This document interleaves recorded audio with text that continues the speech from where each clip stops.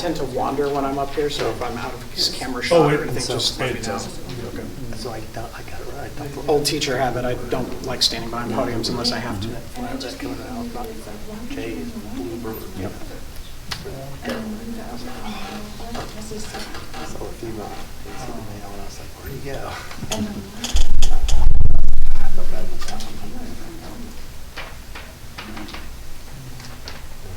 The tires got like the front one, I didn't realize it's blood shit up the back one. I haven't figured it out yet. Clutch the least stop on it. Hopefully I run it. I only got the one extender. I was really sleeping, you know. That's good. Yeah, that was always the bad one.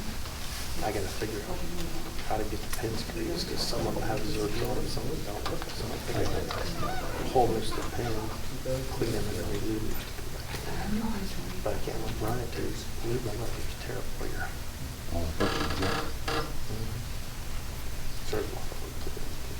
usable. One car just pulled in. That's why I always wait. Here's something broken. Yeah, that is. Yeah, and it's. How old is that? It's 1974. 74. I looked it up. Oops, 1974. It's really well, I know at the time. Because it had full cab, it didn't have extended hosing on it. The only thing it didn't have was a diesel motor. It's the only thing that applied to me. Yeah. I was really surprised when I found out it was gas. Yeah. I thought it was going to have gas. I don't understand diesel. But I understand gas is what's hard for me. But it does use more gas. That's gas drive.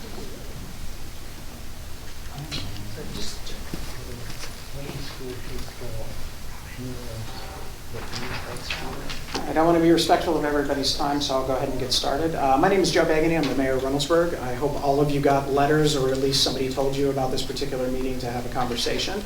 I'm going to kind of go over a very, very, very brief process of what the Ohio Public Works Commission grant is all about, and then we'll go into answering a lot of the different questions that may come out. And then at any time, if you have questions, please just raise your hand. Happy to answer them for you.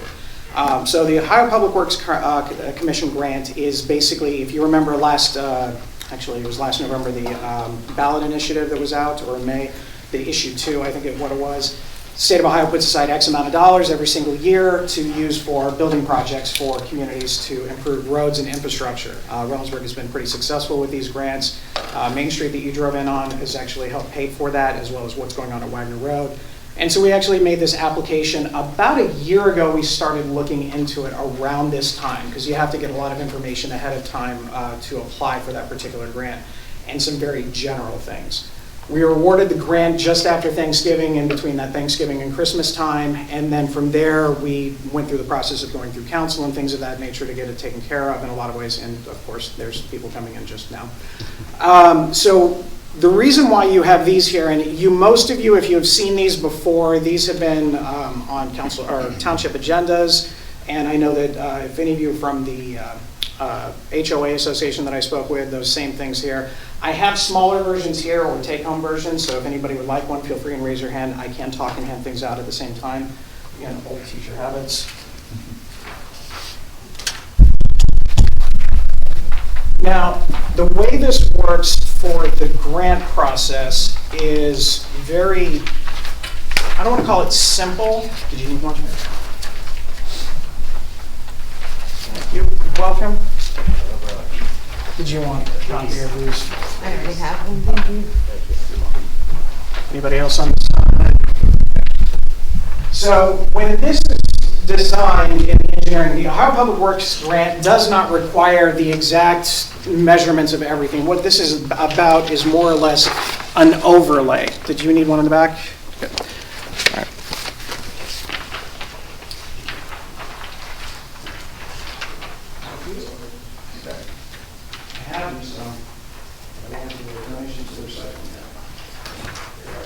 This is an overlay. It is not to scale. It is basically, for lack of a better way, not to say that engineers can't do a better job, but most likely what they did is they took a Google Earth image of the area and then overlaid the general idea of what's going there. So nothing is measured out, nothing is permanent, nothing is to scale. It is just a best guess based on that, which shows the scoring committee what it could look like if it is done.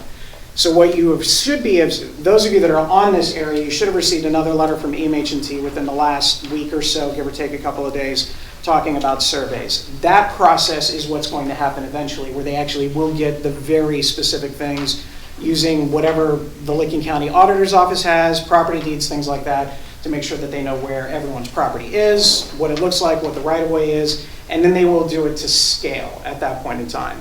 I do have a smaller number of, and I printed these on big because when you try and do this on an 8.5 by 11, it doesn't really come out well, but this is a very general tentative schedule of if there are no issues with weather, construction issues, materials issues, things like that. This is their best guess of what would happen. So the earliest that we would have the very specific designs as far as where it would impact in the individual house, probably going to be around October through December, probably a little bit closer to that November, December time period. I'm happy to pass these out. These are not nearly as exciting as the other ones. It's just basically a general kind of schematic thing. So I don't have as many of these, but I can always make additional copies. Okay. I just got this in today, so I will have this digitally sent to the trustees, so they will have it for part of the official record and all of that. So that'll be on my to-do list before I leave today or this morning. Oh, okay. I scan mine. Okay, all right.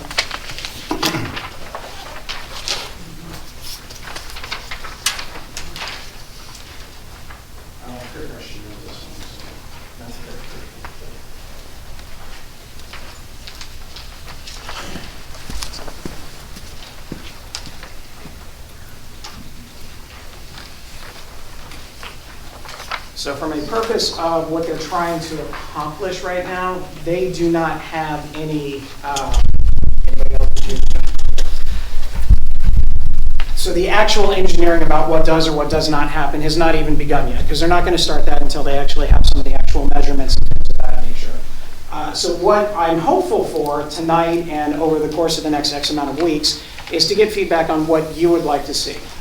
Overall, the project is made up in a couple of ways. One, the most important thing is the traffic light at Summit and Main Street. So that's going to be the first thing. When you move a little bit further down into the intersection, and you can see on the papers, you'll have the left-hand turn lane that is a dedicated left, so you can get out there at the street light. The other lane is, it's in essence a dedicated right turn lane. It's doubtful that the Department of Agriculture is going to do anything on the other side of that, so that's why it's the 2 lanes in that particular section. As you move forward or backwards through the rest of it, curbs, gutters, street lights in terms of normal street lights. We're not talking, massive floodlights or anything like that, things that you would normally see in residential areas in the first place at whatever lumen level it is that basically the light just shines right down. Past that, the big issue obviously is, and this is the one that is completely up to whatever it is that you all want as far as sidewalks and multi-purpose paths.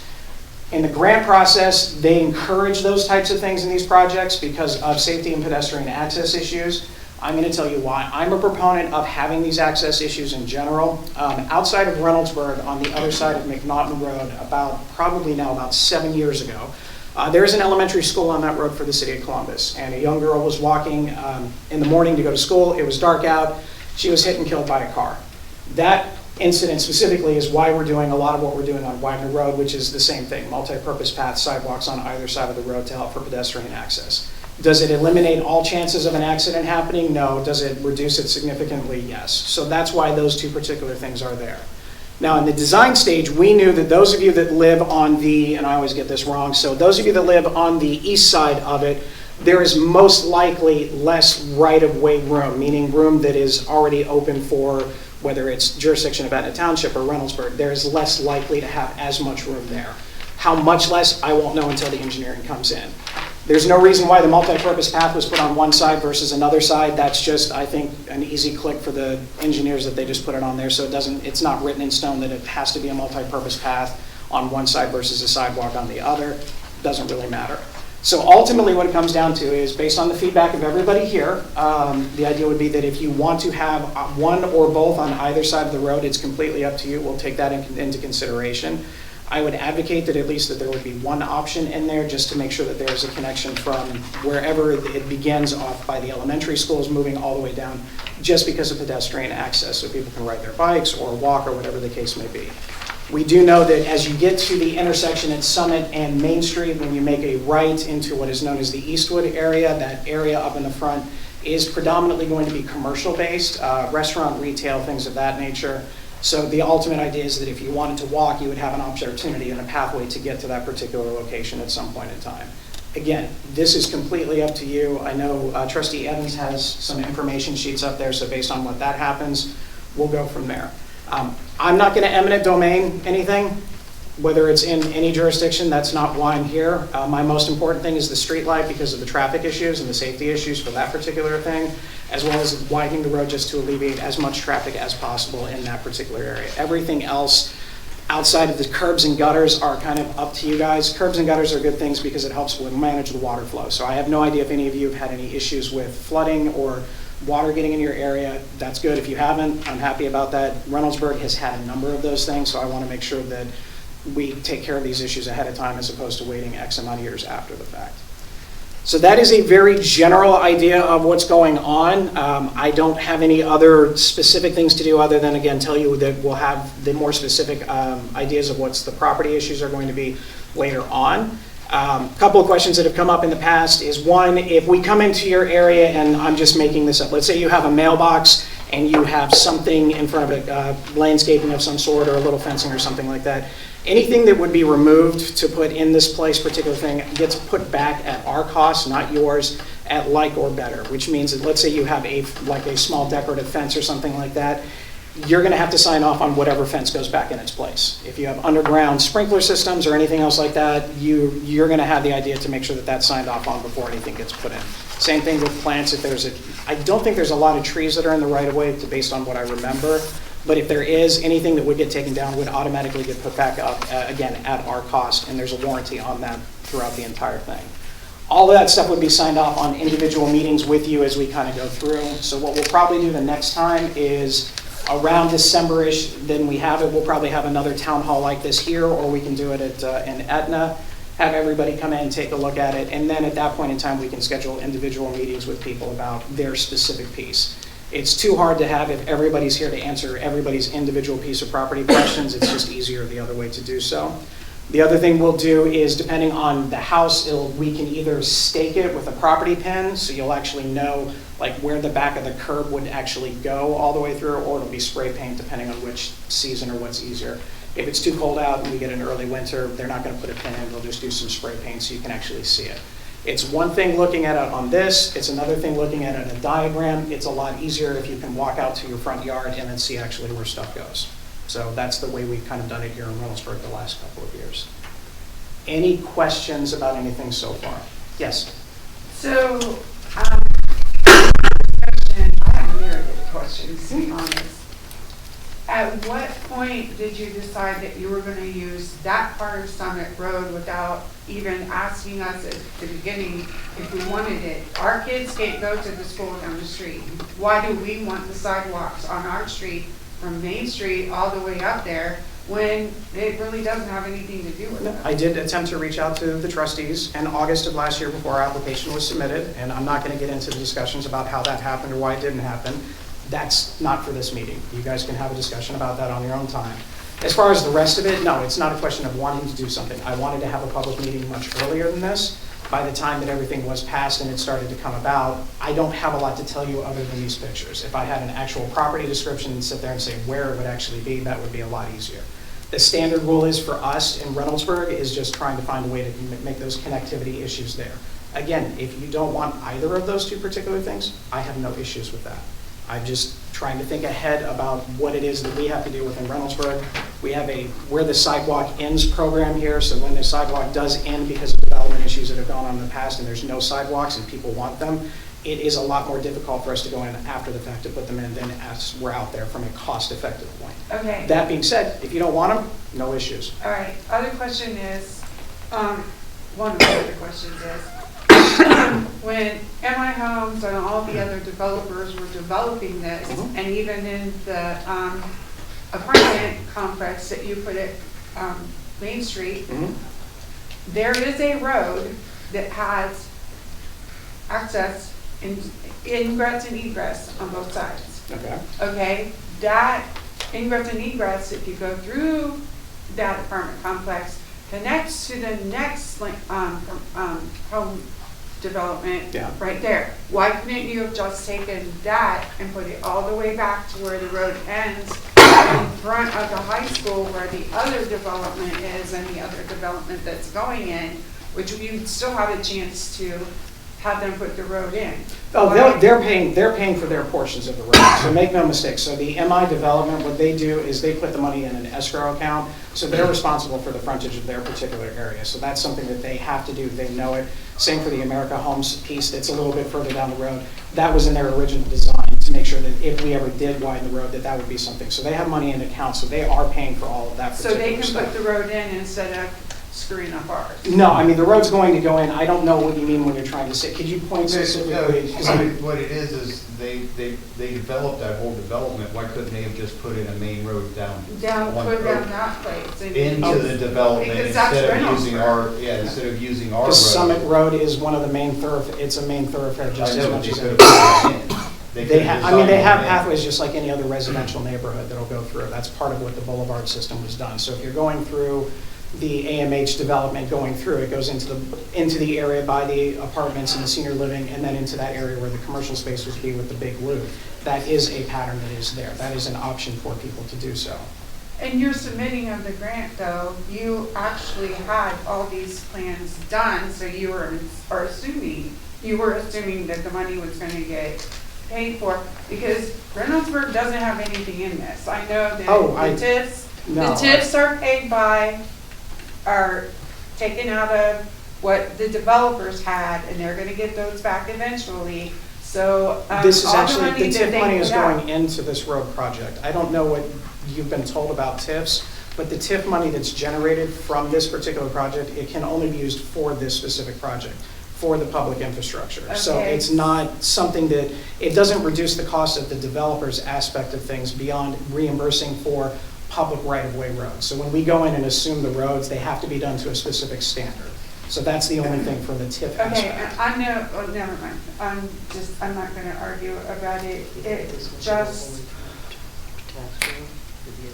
it seems very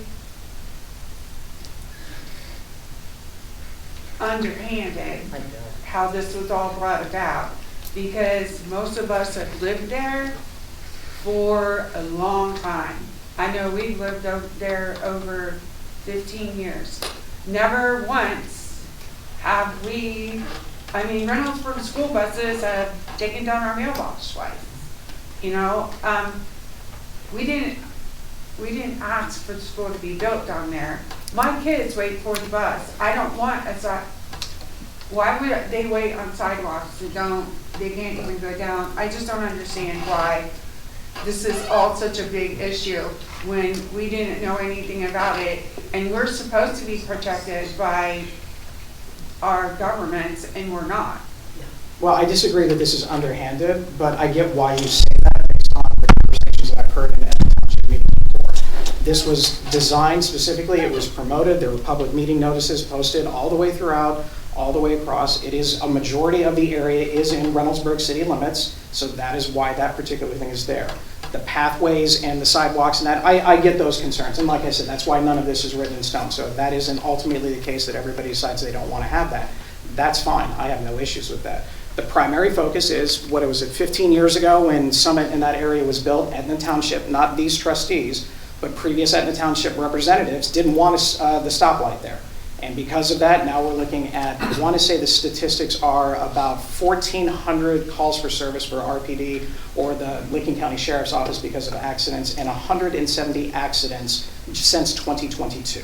So that is why that is being a priority for that, for the 15 safety years aspect. ago, it wasn't a I'd like high to school and see an elementary your school. data on Oh, that. that's fine. I'm absolutely fine. I got the data strictly from the Reynoldsburg That's a Police lot. Department. I live on know the it corner is. there, and I see what happens. I understand. That Again, we're seems like talking a- over a number, we're talking since 2022, but those are the calls for service that we've had for that particular intersection. Yes? If we end up not having sidewalks or multi-use path, there, then are there still easements beside the road that would otherwise encompass the area where those sidewalks are passed to be? Assuming that, based on, again, a non-engineer's eye, I don't believe a lot of any land would have to be taken specifically based on where the roads are, because you're looking at X amount of feet on the left side of the road, X amount of feet on the right side of the road. So you're not talking like 10 feet on either side of the road. You're talking probably 3 to 4 feet at best. Again, I'm not an engineer, so don't quote me on that, on either side. So it would probably be within the existing right-of-way. The only thing that I would probably guarantee to happen is, let us say that this here is your property where your property is, this is where the curb will be. We would have to get an easement for working on that part on this side, because we can't, otherwise we can't do it. And that you get compensated for based on the amount of acreage that's used, what the value is, and things of that nature. And then it's an appraised value that you can negotiate with the city at that point in time. Yes? What about speed? Speed. Last night, Yep. 6 o'clock, 3 houses up from Main Street, a car passed me going 50 miles an hour. I get passed pretty regular on a double yellow line. Oh, it's You put a turn everywhere. lane in there, it's gonna be a racetrack. It's pretty much everywhere, and the RPD would then have the jurisdiction through the entirety of the road, and that would just be part of their jurisdiction to I go mean, I'd through. like to see some traffic calming incorporated. And I have no issues with that. I don't know exactly what traffic calming measures could be done in that, outside of, depending on where there are, a couple of options are decorative medians to some extent, where there's something in there, as long as it's not interfering with people's cross-access to access either way. Other things that we've seen in there, speed bumps are, you're not going to be able to do it given the speed of the road itself. It's going to be roughly about 35 miles an hour, which is what it's supposed to be, so speed bumps aren't going to be an option. Other things you can do, because it's a relatively straight road, you can't really do curb outs or bump outs with it, but I think there could be something placed in between certain areas to try and eliminate people from passing it. The rest of it is, it's every city and every community. People, since, in my opinion, since COVID restrictions were lifted, everybody forgot how to drive. So what about, the east wind access didn't line up with Lakeland Hills access? That's really stupid, because it makes it really difficult to do anything to control that access onto Summit So Road. you're talking, like, say, putting a traffic light or something along those lines? Something Well, along- there happens to be a road in the east wind development that almost lines up perfectly with Lakeland Hills. What if we moved that down to line up with Lakeland Hills and put a traffic circle there? I'm not opposed to any. I would have to look and see how it would work, but because of the fact that nothing is guaranteed or in there, there's a way. Engineers always say if there's enough money, there's a way to do it. So could you make a roundabout or a turnstile or something in that would not necessarily move the complete entrance, but allow for that? I don't think that's an issue. That with would it. slow some of the traffic down somewhat. I have no problem with it. That's why Etna and Reynoldsburg have kind of partnered on a traffic study for Taylor Road because of the I-70 and Taylor Road interchange. So that's one of the reasons, because we feel that ultimately when everybody comes off of 70 onto Taylor Road in X amount of years, which isn't too far away, that Taylor and Palmer intersection is going to be the same thing. Again, I'm not an engineer, but I'm betting that that'll probably also be a roundabout. I have no idea. We haven't seen that yet. Once we have the date, we'll let you guys know so you can figure out what we want to do with that. Yeah. You brought up the situation on, unfortunate situation on McNaughton where the girl was killed, and I remember that. Putting a third lane in wouldn't stop that. In fact, it could make it worse, because right now, our bus drivers have learned that they need to park in the middle of the road to stop cars from driving around them. And if you put a third lane in there, they'll be able to drive around them. One of the things that we've done since I've been here, especially because of speed zones and things of that nature, is making sure that RPD is available in those areas. Now, right now, they're right around our specific school, but if there's things in there around bus times, and I can work with Southwest Licking to figure out what those particular times are, to make sure RPD is in that general vicinity as well. And again, nobody's going to do it when a cop is sitting there. The cop goes somewhere else. It's a completely different thing. And while you bring up schools, I do want to just mention one thing. Right now, I agree with you. Southwest Licking schools are not, that is their jurisdiction. I do know that Reynoldsburg and Southwest have been in negotiations for quite some time about figuring out if that's going to be a continuing thing or if that area will get sent over to Reynoldsburg City Schools. I have no idea if it is. I have no idea if it's not. In the weirdest world, the other apartment or the other townhome and apartment complex that's right across the street from the high school, those houses were going to Licking Heights. I don't know why. I know the agreement happened probably in around 2012 or something like that, when they finally decided that. I don't know why it is. I know that the home builders would have preferred it to be in Reynoldsburg, but that's it. So those boundary lines can change, but I have no idea if that's going to be the case. And that's up to the district.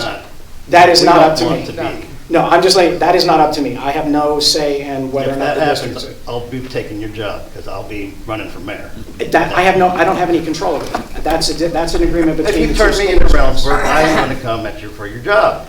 I That's what don't I'm saying. understand why you're so hostile. Because you're trying to take my land. It's beautiful. I stood out there in the dark and stood in the middle of the road and looked at how beautiful, how quiet, how dark it was. And I could see the lights down there. Okay. And it's light pollution. And we're not happy about it. That's why I'm hostile. Because it Fair seems enough. like this is a hostile I'm takeover of very- our road. I'm very upset. I took my life savings to move to the country 3 years ago. And 2 months after I bought the 5 acres on Summit that was the original Christie Farm. And 2 months after I bought it, and my realtors didn't say that all this was going to happen. 2 months after I bought it, they bulldozed the entire line of trees down the southern side of my property. Now they're building rental units next to me. My life savings is down the tubes. I got out of the city so I could have a nice retirement in the country. Now I'm stuck with probably Section 8 that's going to go next to me. There's no such thing as Section 8 housing. Those are market So rate housing. I wanted So- to be in the country, and now And- you're going to take the front of my And Central property, Ohio is roads. growing exponentially. The growth is coming regardless of which. So I'm I'm here to tell you, that is nothing that I started. All this. You look at when you look at Licking County alone with, again, originally the Intel project and now everything else that has gone about it, let alone everything that's in Etna Township, that is something that is happening. And because people are getting offered significant amounts of money for their acreage, they are selling their property. That is what it is. And that lady had it right. None of the people anywhere around here go to these schools. None of them. I am going to ask you a forthright question, because I know I've been schmoozed ever since I rolled in here tonight. How much of Etna Township is Reynoldsburg planning on annexing? Whatever- Because we need to know that ahead of time before we approve anything for this Reynoldsburg and BS. Etna Township signed an anti-annexation agreement in, was it 2015-ish or something like that?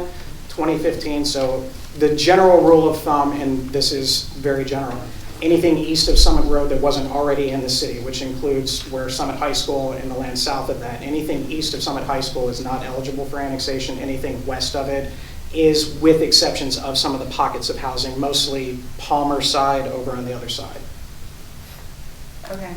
So, and that's And an does agreement that we include will. the middle school that's going to go in up there? If the district could ever figure out if they can get a bond issue passed, they would probably put a middle school in between the elementary and high school. I know that that was what the plan was originally in 21 is when they had the bond issue up. And Mr. Mayor, if I Yeah. could interject, there's a map with specific parcels that can be annexed, so that can be provided to you if you'd like to know. I would like to, and again, with exception of like small parcels here and there, the majority of those larger land tracts are already have been annexed at this point in time. I don't believe that there's too much that's there. Again, general rule of thumb, but you're right, there are diagrams that actually explicitly say what is and is not annexable. The largest one is where the pipeline's going, where that airplane landed. Yep. That's the largest one still left. Yes. It's good to see you again. You as Thanks well. for your service and also putting this plan together and showing us from a bird's view of what these possible improvements might look like. I also want to thank you because on Taylor Road, there's been a lot of construction going on. It's affected our lives quite a bit, not just us right on Taylor's Road, but the community. What I want to thank you for is the crew that you picked for the construction. It has been a blessing from the Lord our God working with them and the hardships that we have been going through for the sufferings. What what I was wondering was, on this proposal for the illustration, do you have by chance, have you already, or are you able to provide what it looks like before these things? Kind of in the same way we bombed the nuclear sites, where we So could see the before and before and so- the after. I don't have them with me, but I can easily find this. And really, the best way for those of you with internet access is just Google Maps and just kind of zoom out the area. That would probably be, because my guess is that's what they did with this, and they just overlaid what you see here. But I can provide that and send it out to anybody who wants it if you left your email address. If you're willing, I was just wondering if you actually already have that or have looked at that as far as. Outside of the driving proposal. on occasion, that's my best knowledge for pictures of it. It just wasn't anything that was meaningless. You can see it already. All right. Well, thank you for putting this together, and if you do have that, it would be nice for all of us to be able to see what's going on Completely fine. as far as today and then versus what the proposal is. As far as eminent domain, thank you for speaking to that, and I just wonder whatever agreements are put together, we're hoping to be able to see those things as far as if you're saying there will not be any eminent domain, are we going to be able to see what that is in writing as far as that entails? Yeah, so how that process works, we've done this with Wagner Road, which again is our next project that's very similar to this. So once we get the engineering focus on it, then that's when we have those personal meetings with the property owners, and if we need to spray paint or pin so you know what it is, there's legal descriptions that you are given. You can take them and take them to your own attorneys and go through all of those other particular things. You can take what our appraisal value is. If you want to have your own individual appraisal, you can do so. Not everybody did. Most people had their own kind of similar appraisal of it. Usually they were within 1 or 2%. We're talking not a lot of difference between the appraisals, depending on how much land would be needed at that point. All of that would be provided to you, and all of that is yours to sign with or not sign with. But as far as the eminent domain policy, I have no intention of doing that. I'm happy to, it's on record. That's not what this is about. I think while I do enjoy the idea of having connectivity, that's my most important thing right now is the traffic light and the widening of the road to deal with the increased traffic. The rest of it is, again, up to you. And again, I thank the Lord for you, brother, because you are a minister of God. And so, yes, it is on record. Thank you for speaking those things. I was wondering, too, you were talking about mailbox, where Reynoldsburg would be responsible for that cost as far as your... Oh, you'd pick it out and whatever it is that you wanted to have it, and as long as it's within there, then yeah, that's up to you guys. You'll work with either, if you're working with the trees, we have 2 arborists on staff that will go through and make sure whatever trees are there. So again, not saying that invasive species are the worst things in the world, but a lot of people use this as an opportunity to get rid of invasive species and plant something else there. Those are things that you get to pick. You'll pick the trees and all of those different things and what goes through. Same thing with mailboxes or any other issues that may come up. It's a gracious offer, brother. Thank you. The reason I asked the question also is because with us on Taylor Road, for whatever reason, God knows, but we didn't have a lot of information from our township as far as what was going on as to what's taking place here, being educated on it and planning for it ourselves. And so what we, as far as mailboxes go, what we experience is, again, the crew you have picked for the construction or Dominion Homes, how it works. MI Homes, yeah. But thank you. No, this one was ours. So what I'm going to say is we work with them and we are very blessed because they will respond to us when we have our needs with the mailbox and whatever's going on. The issue though is when all this began, how long is that? Almost 2 months ago? We were affected on April the 4th. Okay, so April, whenever the construction began, sorry. Our mailbox went down May 7th. Yeah, when our mailbox went down, so, you know, the crew will put our mailbox where we ask them. We have quit asking because the post office, regardless where they put it, will not deliver our mail since this began. And so as far as cost goes, that's an additional cost and suffering upon us that we are having to go back and forth from our house from here into Reynoldsburg to be able to get the mail. And so that that's a cost I was wondering if is being considered, because mailboxes do get pulled out, and not by our doing, but someone else is doing. The replacement of it is easy enough, and when they get to, and again, depending on weather, they should not be on Taylor Road much longer. We're anticipating, again, assuming weather holds over the next week to 10 days, probably by the end of next week, they're going to be off Taylor Road completely, and then the rest of it, we'll find out tomorrow with the asphalt location when they're putting the asphalt in, because I believe they finished the concrete yesterday, all the way throughout. Once the asphalt goes in, then they'll do other restoration if there's been, and the same thing with anyone else, if like there's grass disturbances or something like that, they'll replant seeds, things of that nature. So. Well, I just want to kind of point out to you, it's something maybe we don't think about too much, but there is a cost when the mailboxes are pulled out, and then the post office, somebody puts in a stop mail, so the residents are no longer getting the mail, so it's at their expense. They have to take time out of their day and run back and forth to the post office to try I'm to happy keep to look up. into it. Honestly, it's the first time I've had that particular thing. Usually that's never been they never had to blockade or not have access to a mailbox in other locations since I've been, but that doesn't, obviously in this case, that's what happened, so happy to look into that. Okay. And then, at what point was this grant put forward, as far as when you were moved, or the city of Reynoldsburg was moved to apply for this grant? Was there any consulting or asking Etna Township about that, or? When we were ready to actually prepare and submit everything, that's when I first emailed one of the trustees to get that process started, to have this ahead of time, and give or take August of last year. This application was not due until, I want to say, the second week in September, or something like that, second week in September, and so it was plenty of time to try and get You said that was what trustee that was. Yeah, I can, but I do not want this to turn into a political debate on actions of trustees. I hope you understand that's not my intent with this. I understand the term politics, but I also understand the truth above all things, so I was just asking the Trustee question. Barry Burkholder was involved on that time back in August, and those public records have been provided to Trustee Evans. So. Fair enough. Thank you, brother. And then let's see. I just want to say, you're speaking to the increase of the population, the demand for the growth in Columbus. It's Central Ohio, it's not just Columbus. Central, yeah. And the reason I want to bring this up is because that has been talked about for a long time. And one thing I just want to point out, brother, and to our community, is that has been a goal for quite a few years.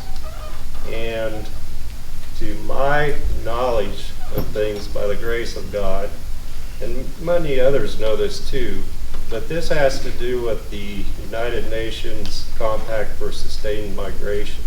No, it's not really. It's okay, brother. Yeah, it's not really, but again, I don't want to be political. We don't want to be political. Yeah. What I want to say is those things are beginning to change. And so I remember you saying you're going to do what's best for your community. And I commend you for that. And I'm just wanting, things are changing. And so we are focused on our communities. And who comes into our communities, again, it is, if the Lord builds the house, then the work of the worker's hands is not in vain. And so I just wanted to put that out there, brother. Keep in mind, the scripture also tells us that we are to welcome our neighbors, whether they come from our land or others. So amen. Let's keep that in mind. Now, as far as housing, and I promise I will not go off on a long diatribe about housing. Statistics show 44 people a day move into Franklin County, just Franklin County alone. That doesn't include the increase in population in Licking County overall. Almost every community in Central Ohio has gone up anywhere from 10 to 14% from the years 2010 to 2020. If you do not like your property taxes, there are a number of reasons for that. There's easy solutions, but that's another conversation. Part of the issue is a very simple thing of supply and demand. The reason why your property taxes have gone up is because of the fact that there is not enough housing in the city, in the Central Ohio area, to keep pace with the additional people coming in because of jobs.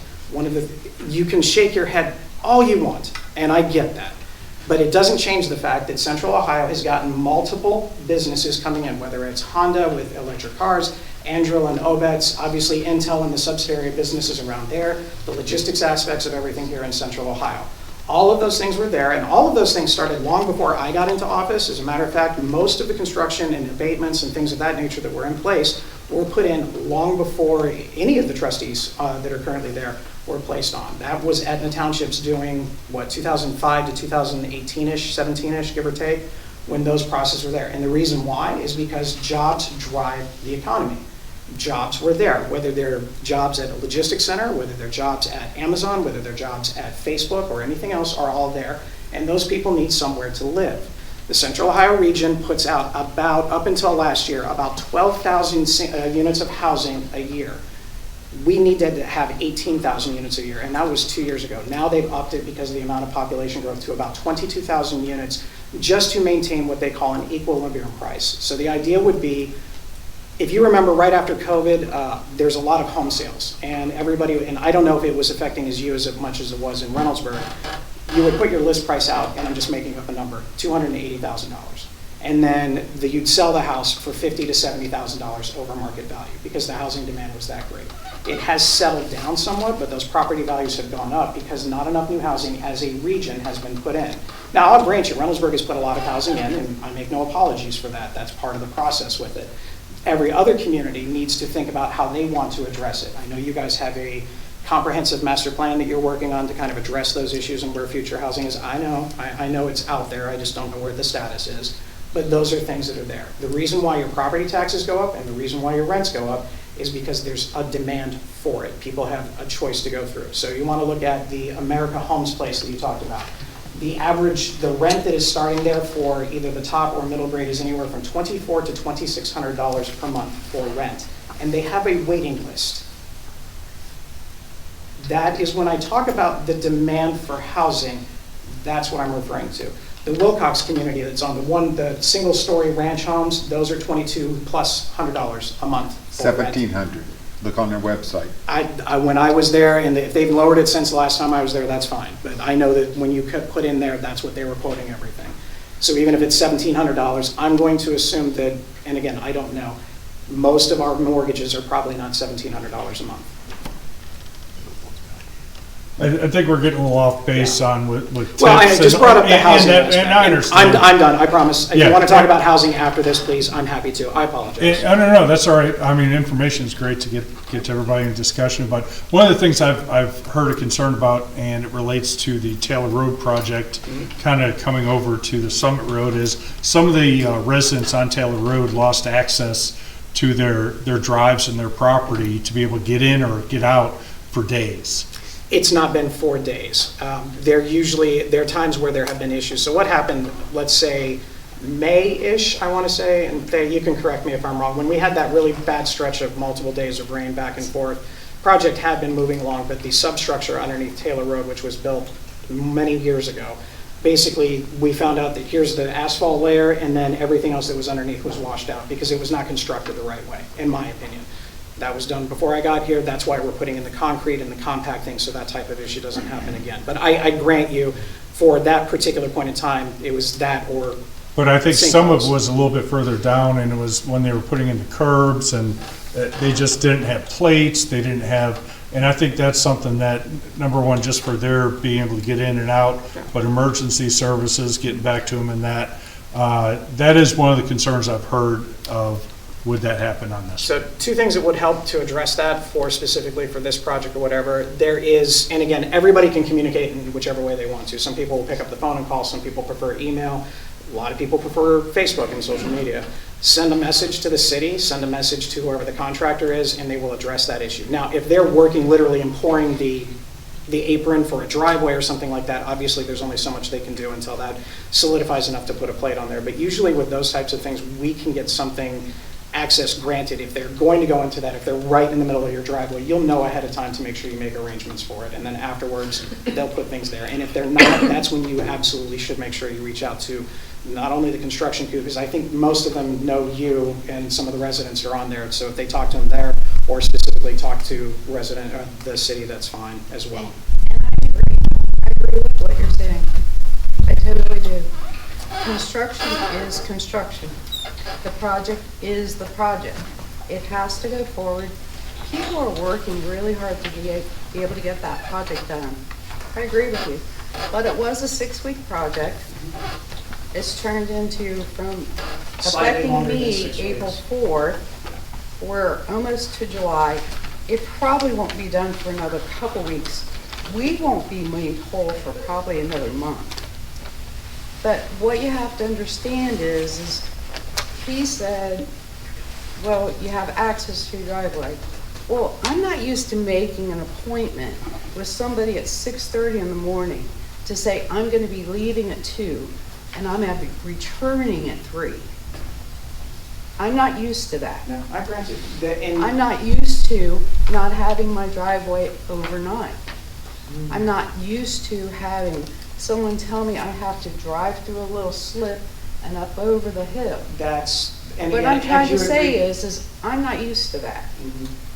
And I wasn't able to negotiate the fact that I had a business that I have to get to the post office. I don't have a choice. And when I don't, well, just on Tuesday, was that yesterday? No, the day before. Yes. Tuesday, yesterday. I was out without a driveway for 10 hours. Is 10 that when they were hours. pouring the concrete in that particular area? And you can say that, but the problem is I couldn't have lawn service come in that day. I couldn't get to my mail. I didn't have trash service for quite a while, once the road was gone. So May 7th, we went 3 weeks without trash. You know, and am I gonna call the mayor? We did call the mayor's office when the backhoe was falling into the 30-foot hole. Yeah. And we were told, we're gonna have a meeting about that in the morning. What I'm trying to say is progress is progress. There's gonna be inconveniences and disruptions, but we have to be able to manage those disruptions and understand what that means to you as homeowners and property values. Just our experience, we're on the front end of this project, you guys can be on the back end. Thank you. I think all of us here are our own little community because we all showed up. We all have concerns. We have kids. We have animals. We've lived there for a long period of time. None of us are into politics. But, you know, think of it as a marriage. If somebody was thinking about some, honey, I'm gonna go buy a new car. I think that on Sunday I'll go out and do it, and then maybe we'll finish it in, you know, July. We didn't even get that common, I think it all comes down to common courtesy. Nobody talking to us about it until someone knocks on our door and shows us these maps. It's like, what are you talking about? I don't know. And you I can said, take right that- now, you I'm can not take that happy up with your trustee. Reynoldsburg. And if I could speak on that, and I do owe the mayor apology because I thought that they were just trying to move forward through this. But that is with the records request that I did find that Reynoldsburg did do what they should have done, is reached out to the township in August and September to our board president, and even suggested a meeting such as this in October. So we should have been a lot further ahead on this. I mean, We could have had an opportunity to negotiate our losses on this. yeah, but I will say that is not the fault of Reynoldsburg. That is the dysfunction of the Etna leadership. But we can only move forward right now, and I did we all have, agreed that any communication about this project or any project that crosses. should go to all between three It's going to trustees. all trustees and whomever else that needs to be there. That is something all that's three very- trustees will cover it. Well, let's clarify the record, Mr. Evans. Reynoldsburg and I apologize for that oversight in August, but the mayor did reach out to all three trustees in January as well, Mr. Evans, and did you say anything in response to that email? So, please. I don't, I'm sorry, I know this is other things. you guys can have this conversation at some other point in time. But I would just like to say that we did have, I had a productive meeting Friday with our attorney, the prosecutor, the city attorney, and then also Bill Dorman, who is the service director. Yeah. He would be the technical lead on this particular thing, but usually, just because it's easier for me to respond to things. And we did cover all the concerns I've heard about. I did get it, documentation regarding jurisdiction on the road, because there was some question, some maps were showing one thing and another. So it does look like the jurisdiction is at the southern end of Lakeland Hills Town from 9206 and 9207 south. Yeah, it's odd because on one side of the road, it's one distance, and another side of the road, Yeah. So I will say that we are moving forward, and I had planned to bring this up as long as it's allowed on the agenda for this coming Tuesday's trustee meeting to have a discussion, so you're more than welcome to come there. Hopefully it is on the agenda. If not, we can talk during public comments. But I think regardless of what happened in the past, we need to move forward, get the input, the forms, please fill those out, especially anybody living on the road that's most affected, but also anybody else using the road. We want to hear from everybody, and let's just move forward cooperatively. No, absolutely. Can I ask a question? Sure. If we vote no, if we don't want this, is there a guarantee from each entity that they're not going to usurp what we said and just go ahead and do it? It depends. In my opinion, for my sake, the street light and the widening is the most important thing to me. Right, and that's through ODOT. No, that we'll coordinate with ODOT, but that's coming out of the cost of the city. Sidewalks, multi-purpose path, street lighting, if that's something that you as a collective decide not to do, as long as there is no safety considerations for it, I'm fine with that. My priority is the widening of the road for traffic issues and that traffic light.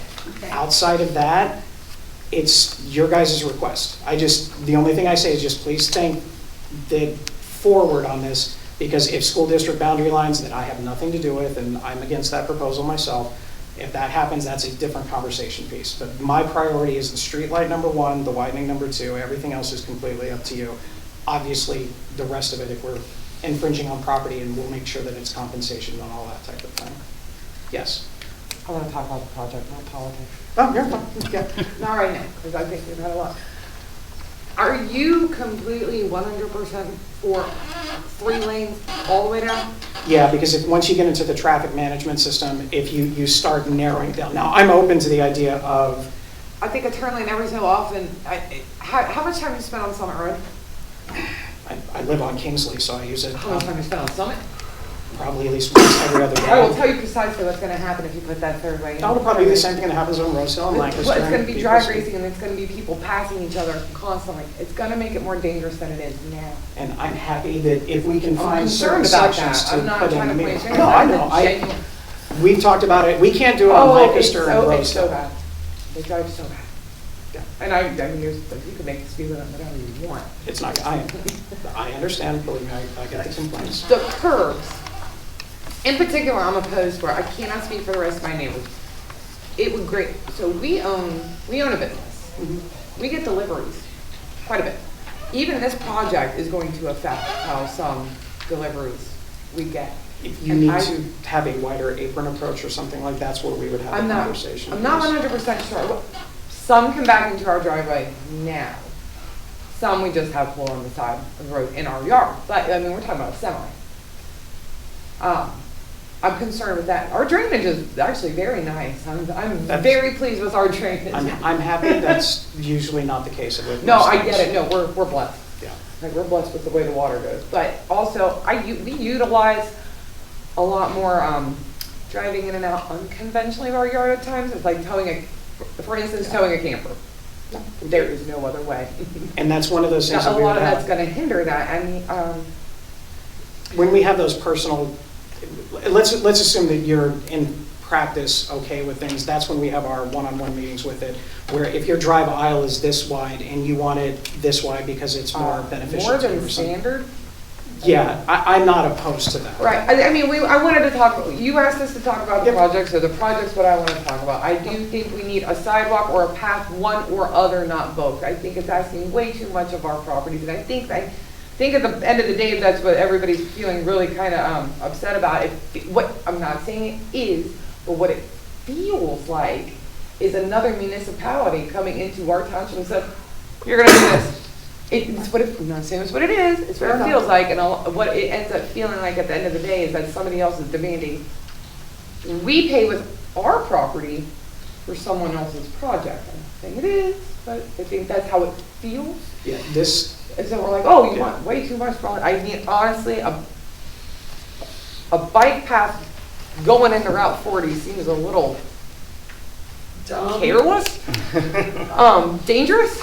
People ride bikes on there now, they run on there now. They run do. on the summit. And I get it. They do. It does not eliminate all considerations, and I get it. Well, I'm telling you, some I wouldn't people are run really into that. in general, and I wouldn't ride my bike in But the people who are into super biking are not going to use that bike path anyway. Yeah. Right. And again, I'm perfectly fine, if that's what the will of the community is on that particular part, I just I'm wanted fine to with throw that. a few thoughts out there, but again, that third lane all the way down is just, And that's why having this meeting now before any major engineering is said, we can figure out what could potentially be traffic calming measures, so you don't have the opportunity to have a straightaway down the middle. I'm fine with that, as long as it doesn't interrupt. Like, if I'm looking at this right now, most of these are, I'm trying, so maybe this right here, I don't know which houses these two are, but their drives are kind of like directly across from each other. Obviously, I can't put a traffic calming measure in that particular thing, but it would be in areas that would be, where there's enough distance that you can make a left or right-hand turn without having to go through that particular thing. I'm perfectly fine. We've talked about that in certain areas. Bexley has done it to some success and sometimes not. It just depends on what's done there. and then one more thing. I know you brought up RPD a lot. Are they getting jurisdiction all the way down Summit now? It would be, if that was ultimately the court, then they would have the jurisdiction for What's that. going to give them jurisdiction in place of Licking County? That would just be, so if a car accident happens on the road and it's in the quote-unquote Reynoldsburg right-of-way or the Reynoldsburg Road, they'll have the jurisdiction for it. What? So I'll give you an example. Bryce Road, when you get past Livingston as you're heading to 70. Sure. Bryce Road on the, in that case, the left-hand side is Reynoldsburg, Columbus is on the other side. If an accident happens on Bryce Road, the two jurisdictions, most of the time, they are fighting about which one is not, because neither one of them wants the jurisdiction for that. Sure. So they argue about those types of things. So this would eliminate that issue, so there's not a point where the Licking County Sheriff's Office would feel that it's theirs. Now, can they respond to things? Absolutely, and they will, because it's a mutual agreement. So they would go there. The reality would be, let's say there's an accident, and Licking County Sheriff just happens to be closer for that particular time.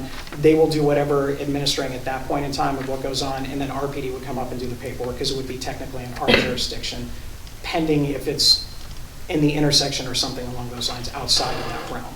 Okay, that makes sense. I was just wondering, what about this project gives RPD that jurisdiction? That would, because if we assume that, and again, I'm just going with the assumption that everyone's agreeable to the road project itself, nothing else, Sure. but the road project itself, then that road would then be maintained by the city of Reynoldsburg. I see. As far as potholes, replacements, any of those types of things, that would be our responsibility, maintenance of the traffic light, things of that nature. Now, would they be turning, not that this affects me much, I'm a pretty quiet person. Do they just get road jurisdiction or also residential as well? No, because you're a resident of Etna Got Township. it. That was just confusing. Yeah. Thank you. No, it is an odd thing when you start talking jurisdictions. Now, obviously, if you call 911, it's going to go out to whomever it is. Oh, of and things course. but outside of that kind of I circumstance. was just curious. Snow plowing would be another one that would be there, and I Okay. know that our snow plow crew and your crews, they always work well together anyway, so. Oh, no, they do. They Yeah, do great. there's not an Thank issue. you. Yes. If there was a sidewalk or the multi-use path, who would be responsible for the maintenance of that?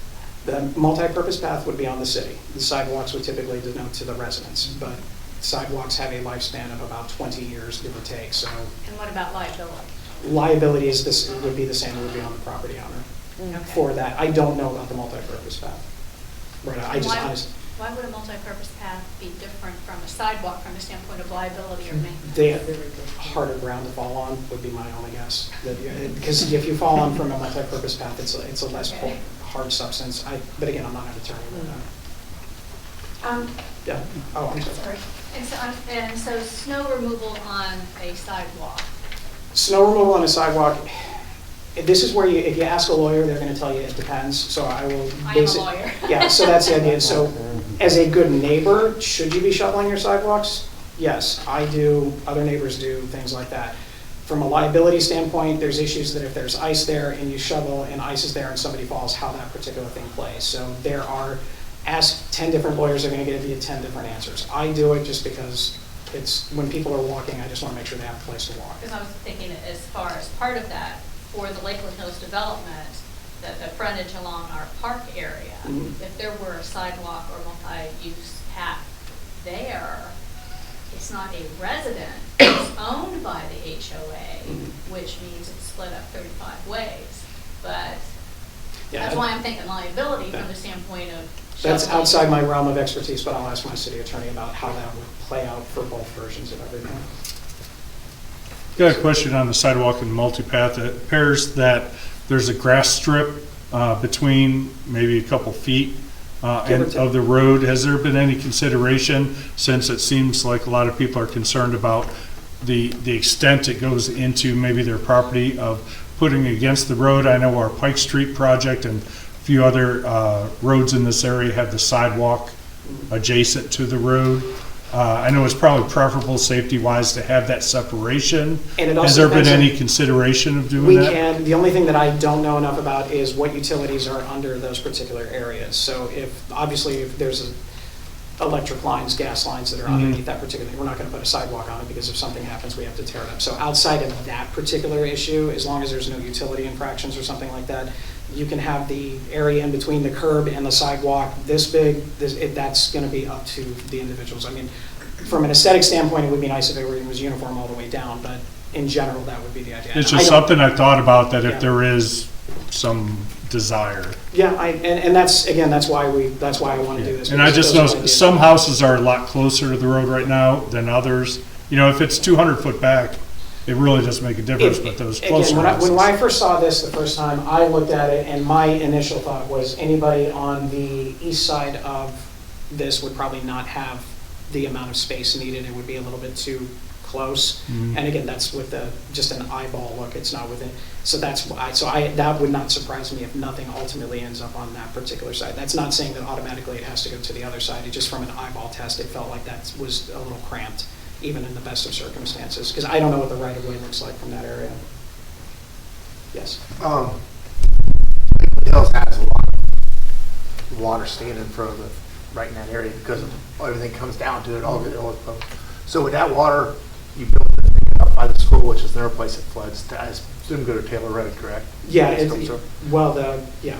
So would any of that flow back up that way? Or No, it's technically, we're not allowed to have anything that's developed that actually adds water, that's what's there. So even if it's like open space like a farm field, if something gets built on a farm field, and whatever it is, they can't have any more water runoff than if it was just a farm field. So for whatever was built in there, they will figure out what size of piping to use, what kind of intakes and things like that, to make sure that any water doesn't go into that area, unless, of course, it's like a feeder to like a retention pond that's already in existence for aesthetic purposes. Well, yeah, but my point is that it's been added to in the ditches on the east side and Lakeland Hillside. So what happens is the water comes, and actually the trustees years ago made the water go uphill basically, and then cross the road and go through a pipe through your backyard or something like that, right? And flow down Yeah, to people try to who are a lot eliminate smarter some of than the me would figure out how to do that, and so when we got to areas, they could do the modeling about how the water would flow, and what it would look like I say based we on need everything. It'd be nice if it went all the way to 40 that way, or went back the I other think, way. So it doesn't- however the tributary and the water flows, I'm fine. With everything that I've seen in Reynoldsburg with potential flooding over the last 75 years that has just gone on, the more that we can not control it because we can't, but the more that we can at least direct it, it just makes things a lot easier. Maybe you could solve a lot of problems with the. And that's why that typically I'm an advocate for it, but it's nice to hear that for the most part that doesn't seem to be an issue. Yes. What places on Main Street have you annexed for shopping, restaurants, things like that? Like Well, everything on the south side, the Department of Commerce, the Fire Academy, that's in Reynoldsburg. Everything on the other side of it, we have not annexed anything outside of that stretch. I guess if you're looking at the loop, You have the loop, which is Reynoldsburg, and you have a parcel on either side of it that is currently Reynoldsburg. Outside of that, there's nothing else until you Okay. get to Taylor Road. And you don't plan on annexing the east side? I of don't, Sunbird? is that even part of the annexation agreement? Because I know it's on the far side. This would be everything fronting Main Street headed down.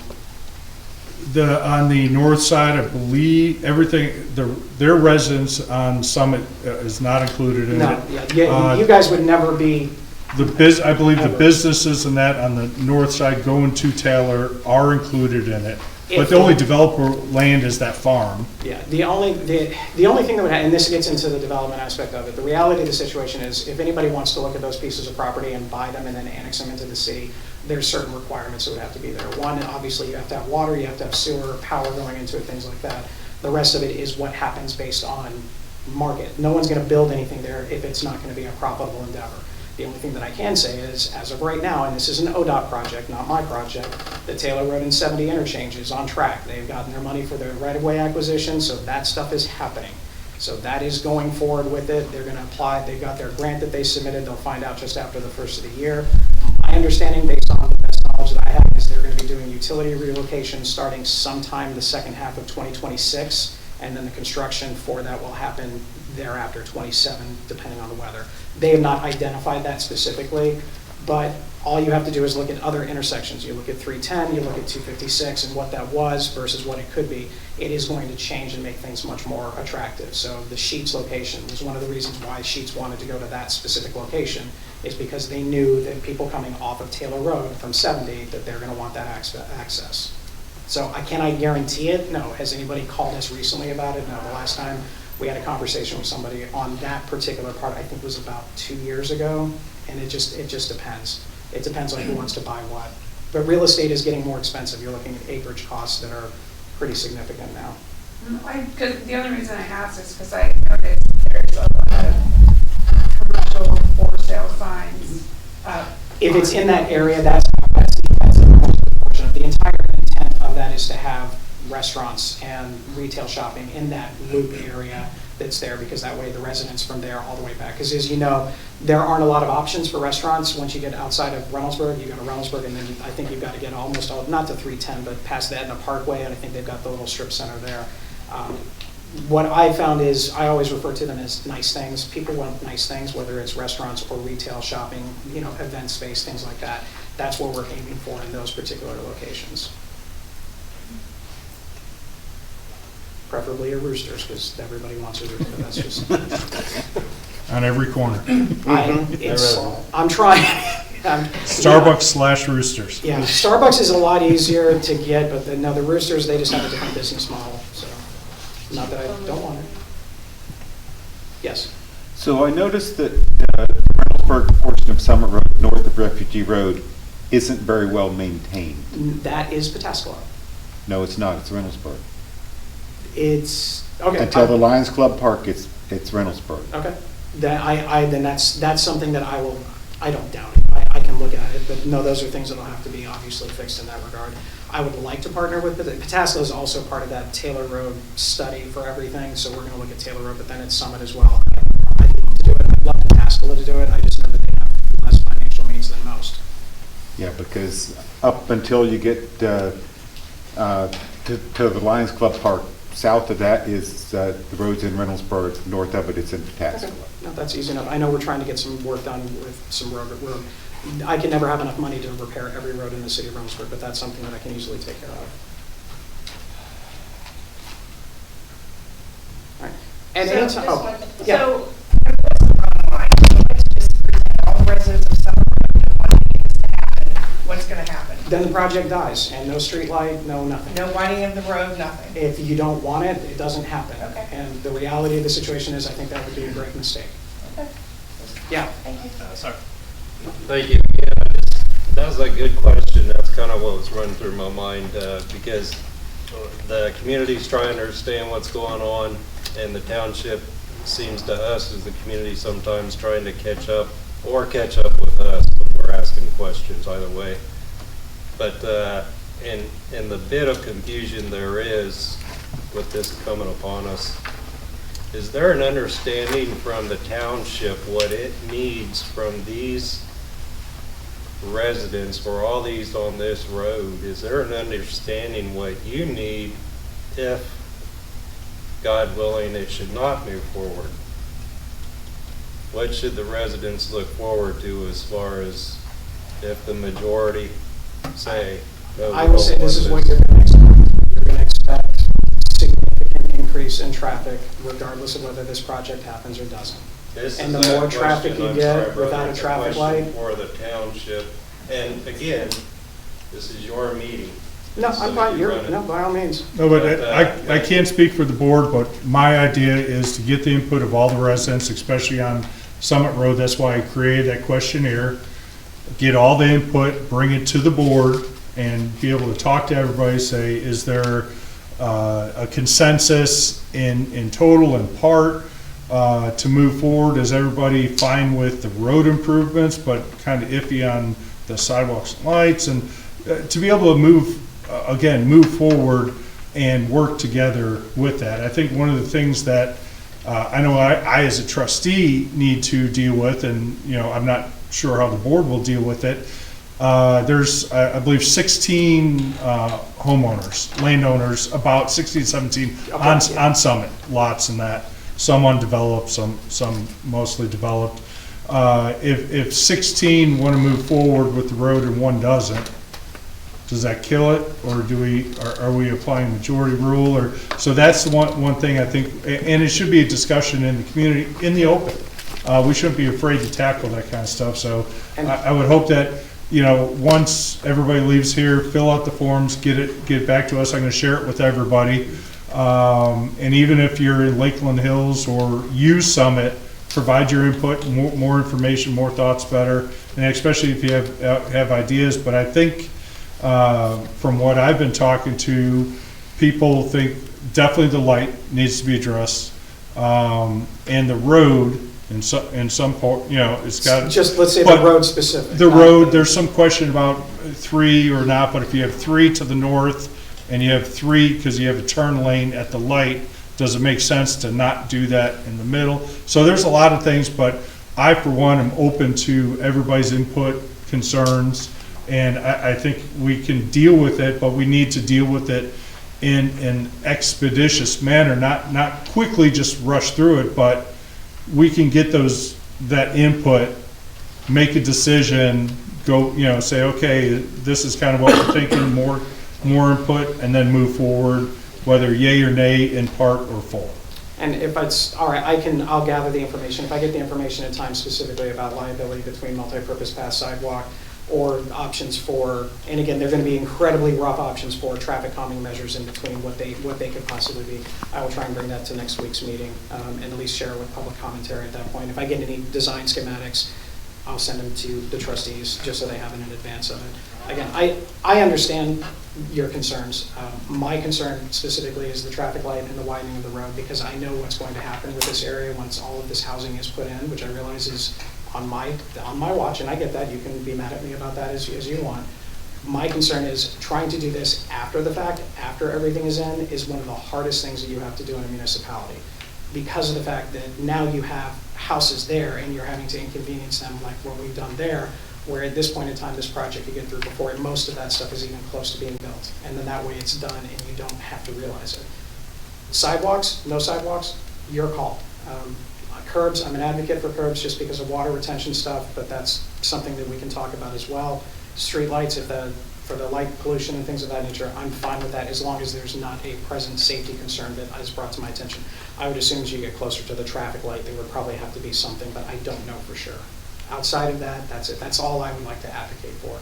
The rest of it is just luxuries for you. And the only thing I'll say about the sidewalks is I hear from a lot of residents that don't have sidewalks, that may have moved into communities that wish they would, but they can get them, but they're going to pay for them. And with this, it's paid for. So that's one thing to keep in mind, that the initial cost isn't transferred onto each property. Yeah. Yes. There's a lot of new residents in the area that walk. People never used to walk, and so. In my opinion, that's the only good thing from COVID is everybody decided to go for walking more. That's my thing.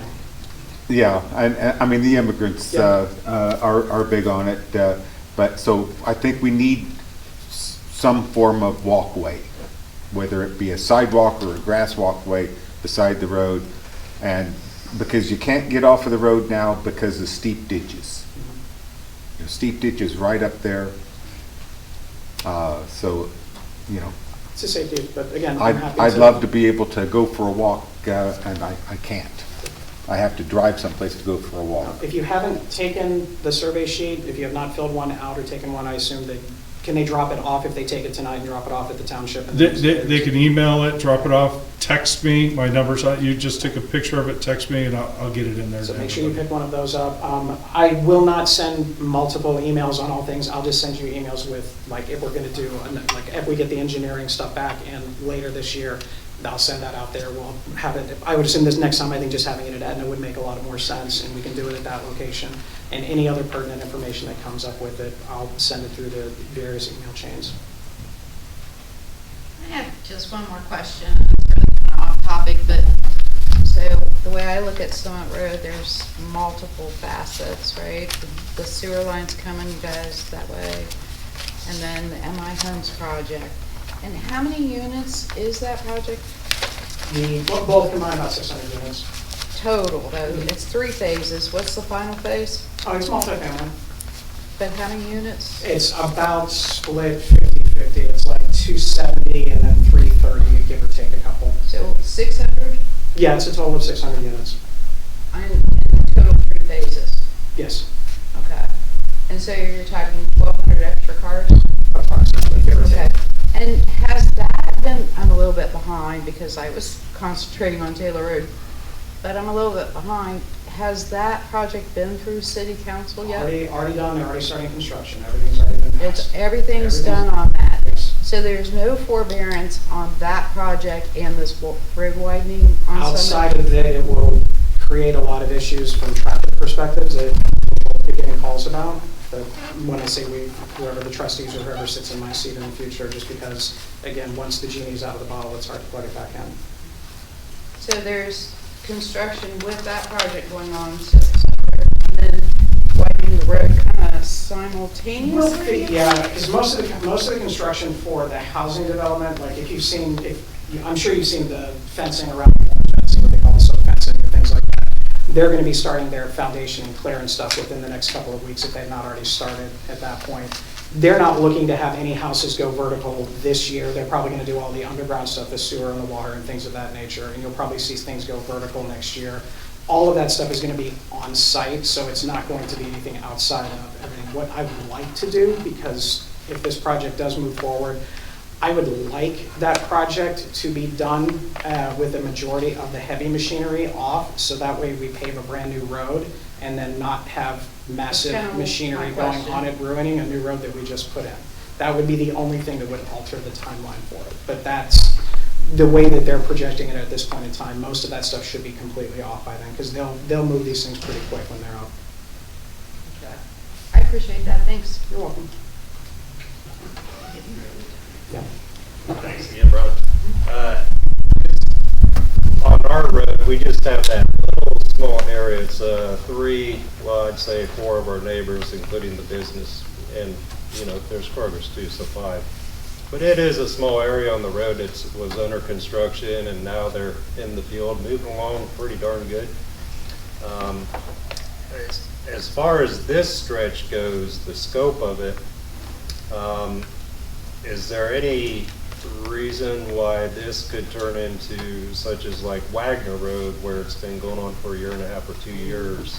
Keep in mind that project's on schedule. I know everybody would like construction to get done sooner. The intent with this is, because, and again, I've not seen where they're at today. The last I saw is they were probably like 1 street away from the staging area. Once they get to the staging area, that's when they're heading back. I would assume that they're probably going to wait until they get to that part before they do the restoration. They have the concrete. If they just poured and finished that off yesterday, they'll have to give it a couple of days to cure. And I assume once the weather's permitting, they'll asphalt it. I'll find that out tomorrow when we have our update meeting. So I would assume that if they're going to asphalt it, it'll either be Monday or Tuesday of next week, or it'll be the week after the 4th of July. But it's got to be, because they're done with the staging part. They had to get the concrete done. So- I know, when my experience on Main Street has showed that typically it takes 10 days for the curb line to cure, but I think the curb line's been taken care of now. I don't know if they have a specific date that they want for the actual sub-base. So they're on time, it's good to hear. Is that not then the same scope? I mean, this would be totally different. Oh, no, this one was just putting a sewer line extension in. Wagner Road is relocating a water line, relocating gas line, AEP electrical poles, I mean, this was that is a huge project. This project is, I can't even, it's about $5-ish million. I could be a little wrong, give or take a little bit. Wagner Phase 1 itself was 11, Phase 2 is going to be approximately 17, because you're looking at just the space and the scope of the project, completely different thing. Thank you, brother. And if you have any questions at any time, please let me know. I do appreciate you coming in. I appreciate the conversation. I appreciate the honest conversation, because a lot of times we don't hear honest conversation. Usually we just see things on social media and things kind of take a life of its own, so I do appreciate it. Thank you. Thank you. Feel free to come up. Take some more for the neighbors, because some people couldn't come. Yeah. And you can email or text the PDF link too.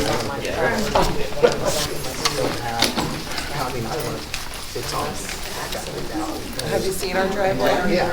We know you had it here.